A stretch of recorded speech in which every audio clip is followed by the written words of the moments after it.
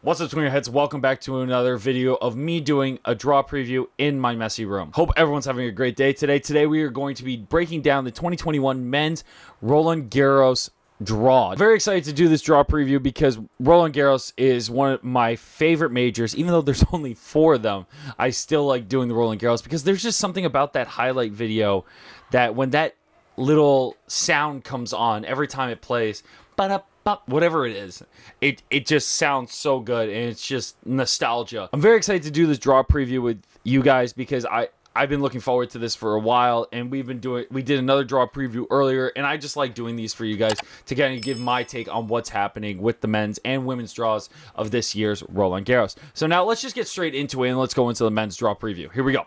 So to start off, we got Novak Djokovic versus Tennis Sandgren, and I think one of the things that we love about Tennis Sandgren is his Twitter banter. So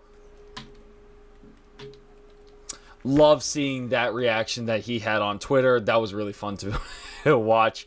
Then we got Lucas Pouille versus Pablo Cuevas. Decent first round. Pouille kind of on the downside of his career, to be honest. He was very promising, and he was a very solid and consistent player for the French. And now he's kind of on that tail end ever since he kind of left Adidas and switched to the Coq Sportif. Even switching from Prince to Babolat, that's when he's getting...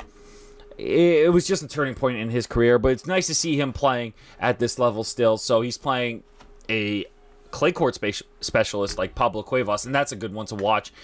And then we got Salvatore Caruso versus James Duckworth, Ricardo Barrancas versus Hugo Humbert.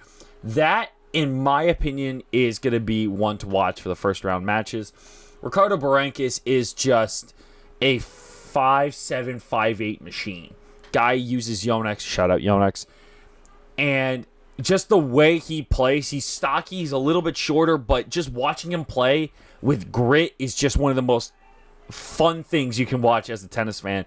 So, and he's playing a young gun like Hugo Humbert, who's playing in front of his home country crowd. And honestly, if this was a first round matchup to watch out for, I would definitely watch out for this one, 100%. Then you got Demonauer versus Travaglia, Uchiyama versus Cecchinato. Cecchinato now, I'm filming this before he plays the final against Sebastian Corda in Parma.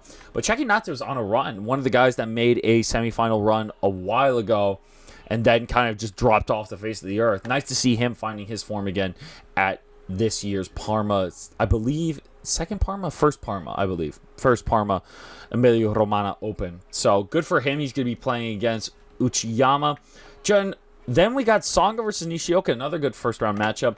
Musetti versus Goffin. Goffin has lost to a couple people early on in the tournaments, and Musetti, this is a great opportunity for him to go deep because if he beats Goffin, which I think he definitely can, he's going to have to play Tsonga or Nishioka, then the winner of Demonauer Travaglia and Cecchinato Uchiyama. And I think he actually could make the third round of this year's Roland Garros. That's going to be a lot of fun to actually follow as well. Then you got Berrettini versus a qualifier. Interesting. Coria versus Lopez. Anderson versus Kwan. Seppi versus Felix Auger-Aliassime. As much as I love Seppi and love watching him play, even though I have hit with him as well, that was actually a lot of fun to hit with him. Very intimidating, I'm not going to lie, to play with a former top 30 player in the world, to hit with a former top 30 player in the world. Is this a matchup to watch out for a first-round upset? I think it could be, but I don't think so. I think Felix Auger-Aliassime actually has what it takes to kind of go far in this because he's on the half of Coria, Lopez, Anderson, Kwan, and Berrettini. He would have to face Berrettini, I believe, in the fourth round of this tournament, but I think that's going to be a fun one to watch. Then you got Taylor Fritz versus Jerome Sousa. Fritz just competed in the Ultimate Tennis Showdown where he lost to Moutet in the finals. Then you got Bougier. I'm sorry if I'm mispronouncing that. He's playing Kupfert. Then Cilic versus Rinderknecht. Rinderknecht just had a good run at this year's Lyon Open, beating some top players in the process of that. So that's going to be a one to watch for Rinderknecht getting a wild card into this year's tournament. Let's see if he can continue that French Open. Let's see if he can continue that clay court success here against someone like Marin Cilic. Then you got Roger Federer. Oh my God, they're all in the same half of the draw. Jesus Christ. Roger Federer is the 8th seed. He would have to play Novak in the quarters. Dear God. Then Rafa's the 3. This is one of the things that's been talked about the most, is that Roger, Rafa, and Novak are in the same half of the draw before even getting to the final. Oh boy, this is going to be interesting. I really don't know how I'm going to react to this. Federer getting to the quarterfinal would have to mean he plays Berrettini, Fritz, Felix Auger-Aliassime on his way to. Those are just the possibilities of who he can play. But he would have to face Novak in those quarters. And honestly, do we see him going this far? I hope so. Crossing our fingers as Roger fans, but who knows at this point. Then you got Rafa versus Popyrin. Too bad for Popyrin. Gaston versus Gasquet. The battle of the Gasks. Then you got Cam Norrie versus a qualifier. I believe he's playing... Cam Norrie's playing a qualifier that... I believe it's Mackenzie McDonald. I might not be right about that. Then we got Lloyd Harris versus Sonego. Sonego's actually a sneaky upset waiting to happen and to have a good run at this year's French Open.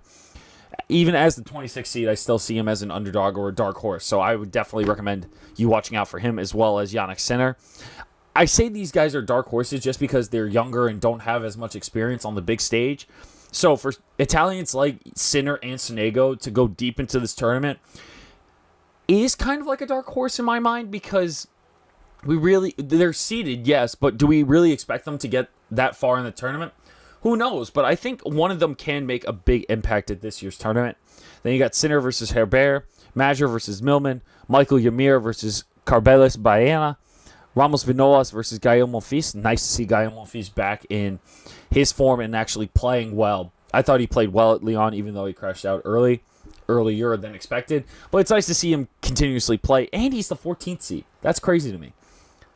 Then you got Diego Schwartzman versus Liu from Taipei. That's going to be a fun one to watch. I think if Schwartzman can get it together mentally, he's not been having the best runs at tournaments for him, but just having him be in this category, he's on the side of Andrei Rublev and Struff and Aslan Karatsev.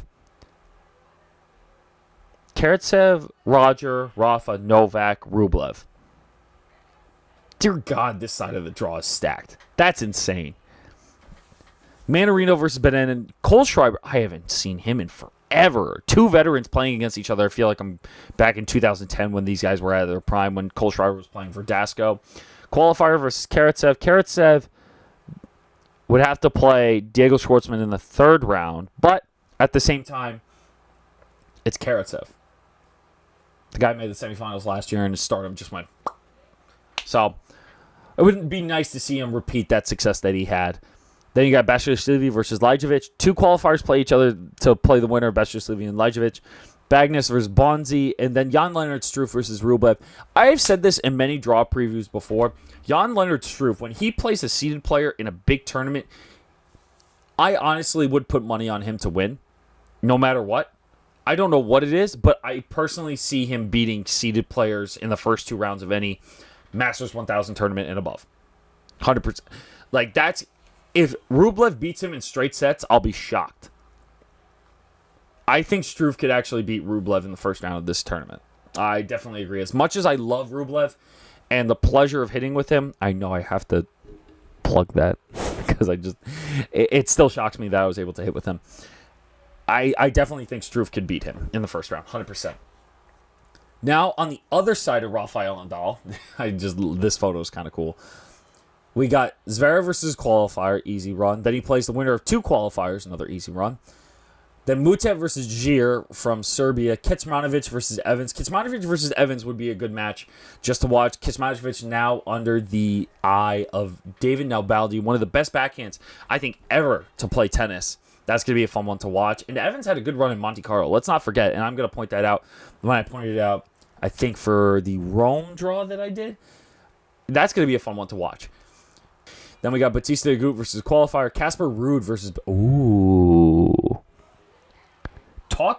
This could be the Casper Ruud versus Benoit Paire match could actually be a scenario where it's going to be like when Kyrgios faced Casper Ruud in the 2019 Rome Masters, because you have a guy like Ruud who's playing a hothead like Benoit Paire, like he did for Nick Kyrgios, if Pair loses it, Casper Ruud's going to jump all over that because Casper Ruud celebrated like he won the tournament when Kyrgios was defaulted from Rome.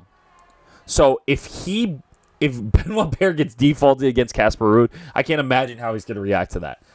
So I'm definitely going to be following that match very closely. Then we have Kamil Majoraks. He's actually a solid Polish player. I would definitely recommend watching him versus a wildcard Kazu. I'm so sorry if I'm mispronouncing it. I'm so sorry. Then we have Davidovich Fokina, young Spanish player, very good player, I must say, versus Kukushkin. Then we have qualifier versus Hurkacz, Masters 1000 winner. Rudely left basically on red with the reporters in Miami before he won that tournament. Then Fonini versus Barrere. Fucsovics versus Simon, that's a solid matchup. I would definitely recommend watching that. Albot versus Delbonis. Andujar versus Team. Teams on the same half as Tsitsipas, Daniil Medvedev, Garin, and Zverev. He would have to play at what point? The quarters? Yeah, he would have to play Zverev in the quarters if he gets that far. And he beat Zverev in the finals of the US Open. But again, Team this year is having that hangover of winning his first Grand Slam, and it's not the prettiest of runs in 2021. I'm not going to lie. He would even agree with that. But can he get it out of this quarter of the draw with Zverev in his half? Who knows? I honestly don't think. I think I've said this before in a video that Tsitsipas is replacing him as the Prince of Clay, in my mind, at least with a one-hander. So, and kind of transitioning into Tsitsipas, he's playing Jeremy Chardy in the first round. Pedro Martinez is playing Korda. Korda's playing the finals against Cecchinato tomorrow when I'm recording this. Qualife versus Krajnic. Sam Querrey versus John Isner. Two Americans facing off in the first round. Interesting. How is Isner still seeded in a Grand Slam? He's 31. Interesting. Milos Raonic versus Thiago Monteiro from Brazil. I'm going to go out on a limb here. I'm going to say Thiago Monteiro is going to beat Raonic in the first round. I'm just going to say it. If it doesn't, that's okay. Why are they putting all the Americans together? Because Johnson's playing Tiafoe in the next round. Sure, we'll watch all the Americans play each other in France. Cool. Not like we wanted that. Thanks, France. All jokes. Then we have Gerasimov versus Code. Gombos versus Carreno Busta. Dimitrov versus Marcos Giron. Not bad. I could see that. Dimitrov. Always my go-to for the first round bust. I don't know if he's going to bust in the first round. That's actually a good matchup for him. Guido Pella playing a qualifier. Rusevori, good Finnish player. Definitely recommend watching him playing a qualifier. Lundero versus Garin. That's going to be a good matchup between two clay court veterans. Then Opelka playing Martin. Martin just had an unbelievable run in Serbia. Took a set off Novak as well. That was crazy. So let's keep an eye out for that match as well. Munar versus Thompson, two solid players from Australia and Spain. Tommy Paul versus Chris O'Connell. Chris O'Connell, an Australian, got a wild card. It's interesting because Tennis Australia and the French Federation had agreements where they would let players from their countries be wild cards of their host Grand Slam. So like Astra Sharma from Australia got a wild card into the women's draw. Chris O'Connell got a wild card into the men's draw. That's very interesting to see. So let's put Bublik and Medvedev together. Who decided that? When I see matchups like this, and again, I stress the fact that something is going on behind closed doors for these draws sometimes, because when you have two entertaining players playing against each other, a guy that doesn't like tennis like Bublik, who just does it for his job and has fun with it, versus a guy that genuinely hates clay and wish it never existed, you're going to put them two together in the first round. Why not, right? But it has to be, because it's going to be that matchup to watch first round. Who else? Benoit Paire versus Casper Ruud. Kecmanovic versus Evans. That's another one I would recommend watching. These are all my first round matches to watch, by the way, in case I didn't make that clear. Struff versus Rublev. That's 4. And then let's make one more. Let's see. Another one that we would watch, Musetti versus Goffin. Those are my 5 matches to watch in the first round. In terms of biggest bust, I think it's going to be the Canadian Milos Raonic, just because Thiago Monteiro is a fighter and has been just a real... If Rafa didn't claim the bull as his logo or as his trademark, I would say Thiago Monteiro is the bull, in my mind, at least. So, that's going to be... Ooh. So those are my 5 matchups to watch. I think Raonic is going to be the first seed out, in my opinion. If it's not, it's probably going to be maybe Evans. Who else?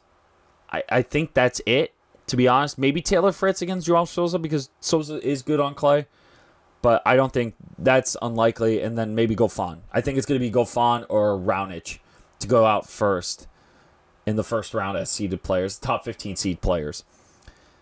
Oh, God, don't make me pick. I really don't know what to expect from the Rafa, Roger, and Novak half of the draw. I'm going to make another video where I'm going to have my dog pick the winner of the French Open, so stay tuned for that video. I'm not going to explain how it's going to work because I haven't figured out the kinks yet, but that's going to be coming up. But, yeah, that's my draw preview and breakdown. I think in the right half, it's going to be... Zverev's been playing really well, so you have to give it to him. I think it's going to be Zverev versus... Honestly, it could be Team. I definitely have Tsitsipas going to the semifinals, at least on the bottom half. Who's going to be in the quarters? I'm going to say it's going to be Christian Garin. I think it's going to be Garin versus Tsitsipas in the quarters for that bottom half of the draw. In the bottom half on the left side, it's not going to be Rublev. I know that. I'm going to shout out Karatsev just because of that. He's going to make it to the quarters against Sinner. It's going to be Karatsev versus Sinner. They gave us an unbelievable match in Lyon. So I'm going to have them be put into the quarterfinals. And then at the top half... Oh, actually, never mind. Rafa's on that half. So it's going to be Rafa versus Karatsev in that bottom half. And then it's going to be... Just to be hopeful, I'm going to put Roger versus Novak. I just to be hopeful. In terms of favorite to win the entire tournament, it's got to be Rafa. In my opinion, it just has to be hands down. But that's just my breakdown of the men's draw for this year's 2021 French Open. If you guys have any comments or of who you think is going to be doing well, if you guys have any thoughts about who's the favorite besides Rafa, Novak, and who you think is going to be the dark horse, who's going to be the biggest bot, leave a comment down below. And if you got to the end of this video, I really do appreciate it. And if you did like it, make sure you show your support by liking this video, as well as making sure you subscribe to Tweener Head Tennis. We have new merch coming out for the French Open specifically, so stay tuned for that. I'm really looking forward to showing you guys this. So if you would like to wait in line for one of those, feel free. Shoot me a DM on Instagram. And as always, I hope everyone is staying safe. Hope everyone is going to have a great weekend and enjoy the French Open. If you guys want, also, if you want to see me make a women's draw breakdown, feel free to put it in the comments below. And I hope everyone has a great rest of your day. Stay safe. Take care. Thanks, guys, for watching. Thank you, guys.